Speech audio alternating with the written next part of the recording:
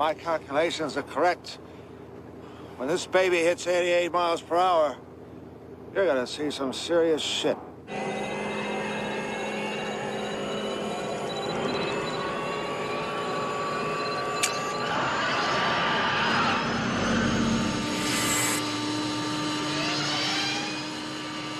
Watch this, watch this.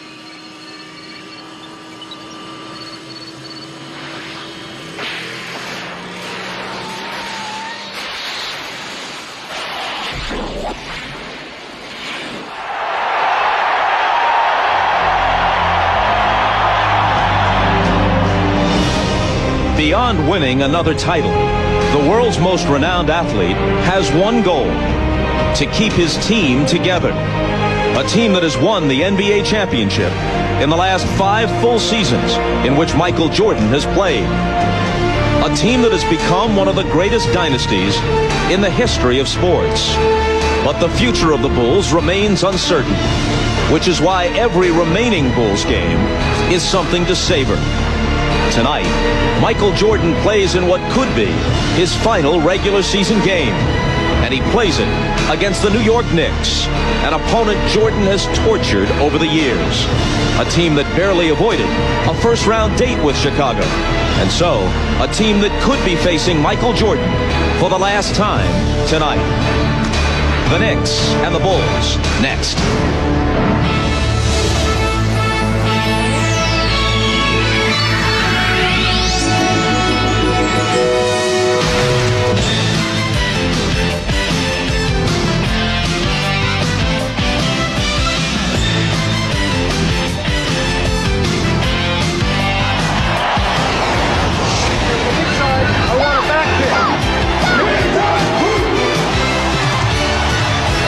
Peace and blessings. Welcome to GOAT James Kingdom. On this episode, we're going to discuss how the NBA was shown in the 90s.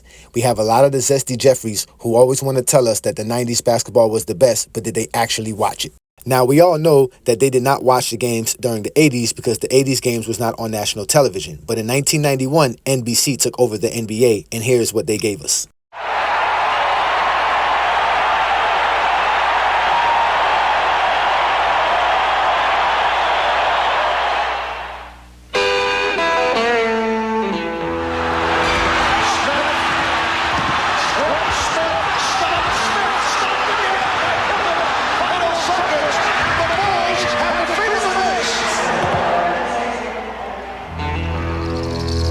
Wasn't supposed to be like this.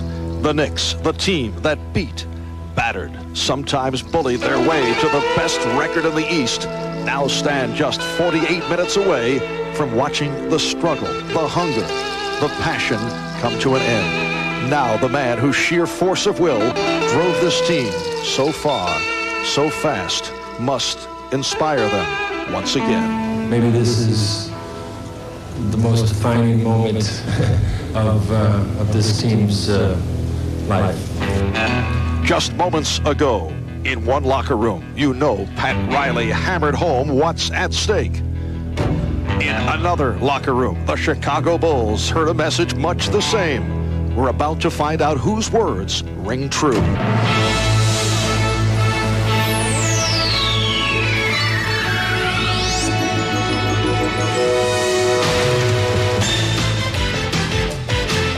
This is the NBA on NBC. The 1993 NBA playoffs. Tonight, Game 6 of the Eastern Conference Finals between the New York Knicks and the Chicago Bulls. Now, what we just saw was the NBA on NBC intro to a Chicago Bulls versus the New York Knicks playoff game. And as you can tell from the intro, the drama, the intense, and everything was placed right there in the intro. So when you're watching a game on NBC in the 90s, you got the full drama of what television was in the 90s. And NBC in the 90s was the cream of the crop of television. They had top-rated shows like The Cosby Show, Cheers, Seinfeld, Fresh Prince of Bel-Air, All of these shows attracted a new audience to the NBA because once the NBA was on NBC, NBC started actually marketing and advertising the NBA games, which brought a larger audience to the NBA than years prior. Another thing that needs to be spoken about the 90s television is that there was not that many programs or that many channels available for us to watch during the 90s. Some folks did have cable, and by the end of the 90s, a lot of folks had cable. But NBC gave the NBA a national audience because NBC was a nationally syndicated channel. So they were able to broadcast the games to a larger audience. Not only that, but they were also able to produce a great product for the NBA and had a lot of people interested in watching the NBA because of the way they introduced the NBA to the national audience. Let's watch some more of NBA on NBC intros to show you the type of great programming NBC had for the NBA. The city of brotherly love, it is a one-man affair. Charles is in charge. Each time he walks on the court, he knows the team, the fans, and the city are looking to him. He has had his moments, dominated games. But Barkley's Sixers have never made the finals, and Charles may be feeling the frustration. At times, he has alienated his teammates. Sir Charles has carried this franchise on his back, but he too will have to shoulder the blame if the Sixers don't turn it around soon.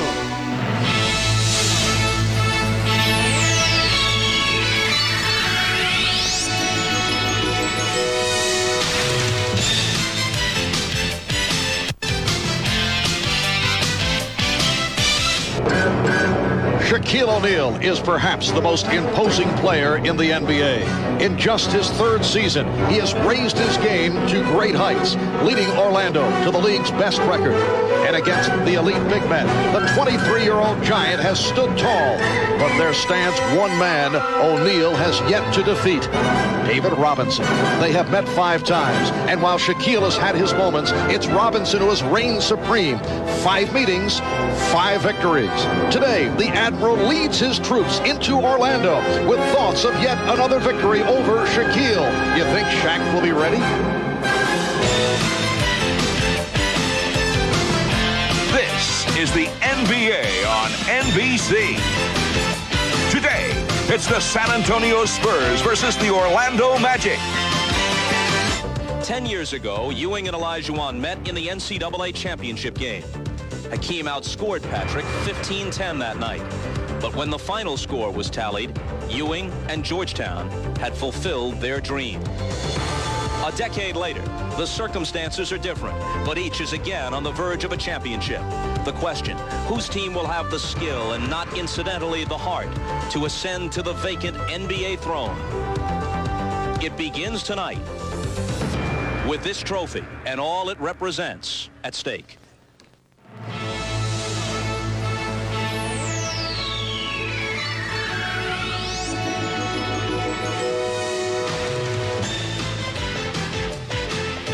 This is the NBA on NBC. Now, this is how NBC was marketing the NBA to casual fans during the 90s.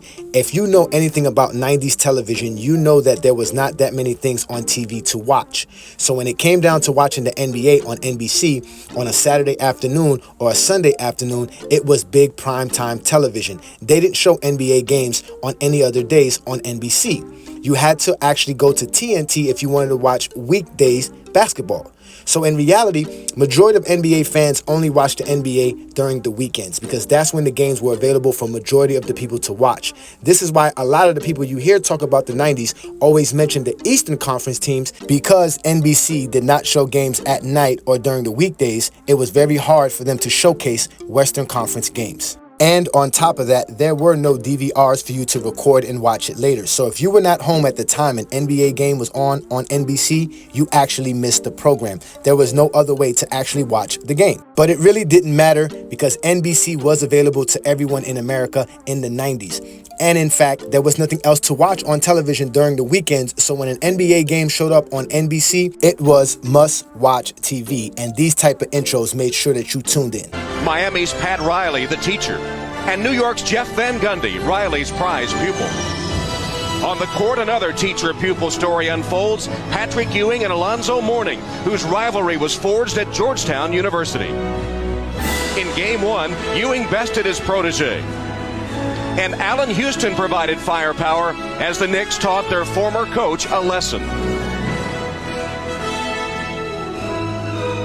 But in Game 2, Mourning turned the tables with an emphatic statement. And school was out when Tim Hardaway took control. Now Game 3 with the Knicks and Heat, teacher and pupil on even terms. Who will pass the test today? If you got any competitive blood in you, come and play. If you don't, you just try to get it over with and go home. But Jerry Sloan's Jazz refused to die. Instead, they rose to the occasion. And in Game 5, in hostile Seattle, they delivered an intense, gut-wrenching effort, battling for every point, contesting every play, overcoming not only their opponent, but a history bereft of such heroic stands. For the Sonics, the triumph that seems so certain now appears tenuous. Do thoughts of past failures fill their minds? Can the unthinkable really happen again? Utah seeks to muscle a Game 7.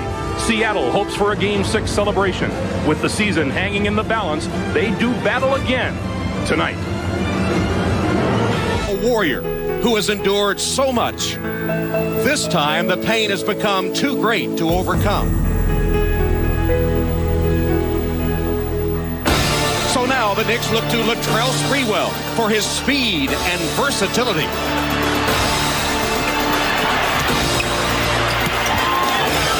Marcus Camby for his fresh young energy.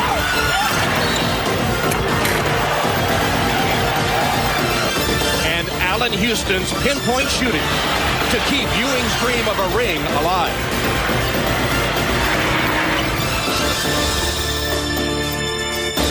Reggie Miller has been unhappy with his performance thus far against the Knicks and has been unsuccessful from three-point range. But he's earned the reputation of a Knick killer here at the Garden. Can they stop his assault? The Pacers and Knicks are next. Now that's what you call real television. NBC gave the NBA product a true light for that the casual fan can now be interested in watching the games on a week-to-week basis. And this is where we get all the nostalgia from the Zesty Jeffreys, because at the end of the day, they were only watching Bob Costas intros from an NBC game rather than actually watching the games. And even when they were watching the games, the way the game was appeared to you and the way they talked about the games, it made you think that you were watching an epic matchup, even though it was probably a game in February. So in the 90s, there was a limited amount of games that we were able to watch. And in fact, if you didn't get a chance to actually be in your house when that game was on, more than likely you did not watch that game. So I know you're going to ask, well, hey, Johnny, I remember watching the games. You're just a liar. You don't watch all the games. This is the way everybody watched the game throughout the 90s. If you didn't get a chance to see the games on NBC, you had to go on SportsCenter and watch it like this. Warm greetings. Welcome to SportsCenter alongside tag team partner Keith Oberman. I'm Dan Patrick. This just in, Michael Jordan has retired. No, not really. Coming up in the next 60 minutes, a deja vu day in the tournament. A baseball manager calls replacement ball a travesty and all the NBA. But first, guess who? Baseball's loss, basketball's gain. It was back in January in Scottsdale, Arizona, when Michael Jordan, prior to his Arizona Fall League game, told me, don't even ask the question. You already know the answer. His basketball career was hermetically sealed forever. But during the next 20 minutes, Jordan spoke of nothing but the NBA, including how his old team would fare, why the Suns wouldn't win the title, and the outrageous salaries of rookies. 2 months later, and 9 days following his baseball retirement, Michael's hoop dreams were on the air once again. To Market Square Arena we go. The last Chicago player to wear number 45, Ed Nealy. Michael a little bit nervous, trying to live up to Ed Nealy. He put his pants on backwards. He struggled early, trying to shake off the rust, the 18-month layoff, and it showed. Michael, outside, inside, couldn't get it to go. Then the patented drive. Michael, Rick Smits gets a piece of it. Michael, 0 for 6 from the floor. Indiana, ready to play. Reggie Miller, the pull-up for 3 that touches nothing but the bottom of the net. Indiana by 10 at the break. Then the old Jordan would finally emerge. MJ the steal from Rick Smits and takes it the distance. And he wanted to throw this one down in the worst way. Mark Jackson got out of the way. Pacers on the run. Mark Jackson and Reggie playing the two-man game. The Pacers would lead by as many as 18. Even in slow motion, nobody could block Mark Jackson's shot. More problems for Jordan. MJ on the drive. Can't connect. Jordan 7 of 28 from the floor. However, the Bulls would come back thanks to Scottie Pippen. 19 seconds to go. We're tied at 92. Pacers' last chance, and they look to Reggie Miller. Jordan and the Bulls have foul to give, and he gave it. And we go into overtime. In overtime, Jordan goes inside, using the height advantage over Byron Scott. Jordan hobbling, still feeling the effects of the collision with Miller. The Pacers would get the last word. Byron Scott, 2 of the 17. Not quite a Disney ending for Michael Jordan, but he's back. Your final 103-96. The division-leading Pacers have won 3 in a row. Sunday's New York, New Jersey meeting was dripping with playoff implications. The Knicks in a race with Indiana for the second-best record in the East, a position that would bring them the home court advantage through the first 2 rounds of the postseason. The Nets, who have lost 3 straight, and forward Derek Coleman, trail the Celts by a game for that final playoff position. To the Meadowlands we go. Patrick Ewing going for a rebound. Rick Mahorn gives him an elbow to the ribs. Ewing goes down. 2 possessions later, Ewing still upset and goes for the jugular. But normally you don't. Mahorn and Ewing ejected. Meanwhile, Coleman an innocent bystander. The Knicks down 15 in the second half. QB Davis brings him back. Then it's Starks. Fakes, fires, and touches nothing but the bottom of the net. 7 threes for Starks, 12 for the Knicks, and they win it. In a game that featured 4 ejections, 8 technicals, and 1 flagrant foul, the 5th time in Ewing's career he has been ejected. The Cavs hosted the Nugs at the Gund. Big night for Dikembe, who messed around and had a triple-double.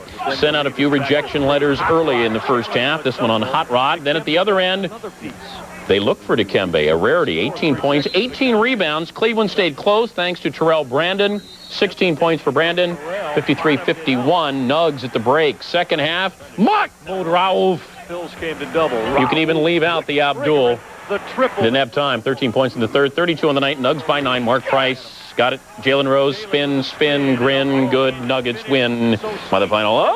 104-101. Cleveland shoots 44% from the floor. Denver, as I tabulate this, is now 14-7 under Bernie Bickerstaff. First win in Cleveland since 1989. Keith? Del Curry and Michael Adams just watching. Injured. Hornets worked the pick and roll. Larry Johnson did it so well. A halo appeared around him. Percy Hawkins finds him. LJ had 19. And now it's Mourning's turn. Alonzo Mourning on the roll. Brought to you by Percy Hawkins. Mourning had 22. Hornets by 19 at the half. Then off the Johnson pick, Muggsy Bogues takes it himself to the hoop. Get out of the way. You don't want to get hurt. Hornets 105-92. Hornets keep pace with Indiana. 2.5 back. Hawkins and Mourning had 22 apiece. And ladies and gentlemen, this is how we watched and learned about the NBA in the 90s. It was on SportsCenter, ESPN SportsCenter, which used to come on at 9 p.m. on the East Coast and 12 midnight on the West Coast. And that ESPN would run the entire morning. If you didn't get a chance to watch the games, you went straight to ESPN, and they told you everything that was happening in the NBA and in the sports world. So the 90s wasn't a bunch of guys sitting around their house watching the games like we do today. They're just lying. Majority of us watched the games through an NBC Bob Costas intro or on SportsCenter late night with either Stuart Scott, Keith Olbermann, Dan Patrick, and a whole slew of great sportscasters that told us about the game. So ladies and gentlemen, don't let no one lie to you about the 90s because we took you back and showed it to you.